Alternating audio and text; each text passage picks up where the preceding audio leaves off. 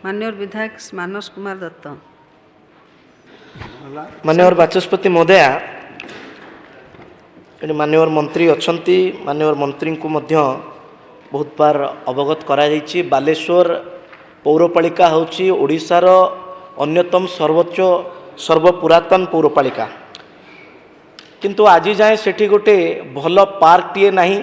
लोक सकाळे morning walk करने जाई पारु नाहंती, एम्यूनिटीज पई नहीं।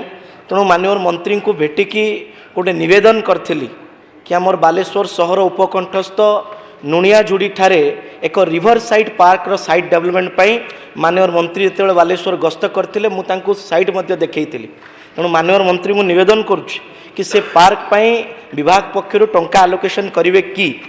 माननीय मंत्री।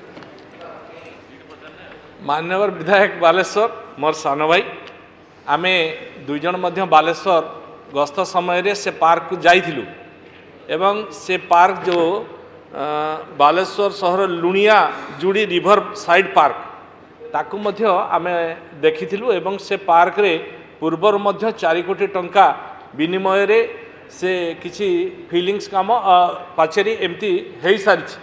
बाकी से पार्क अत्यंत जरूरी मध्य बालेश्वर पाई अछि, जेहेतु से सहरर मुख्य पार्श्व रहुछि। तेणु से पार्क रा आवश्यकता अनुभव करी मु बालेश्वर रु फेरला परे विभागीय अधिकारी मानु कहिथिले एवं से डीपीआर मध्य मगैथिले। तेणु एबे आमे ताको 5 कोटी टंका अनुदान दवा पाई ग्रांट करिछु एवं खूब जल्दी से पैसा जीवो एवं काम आरंभ हेबो।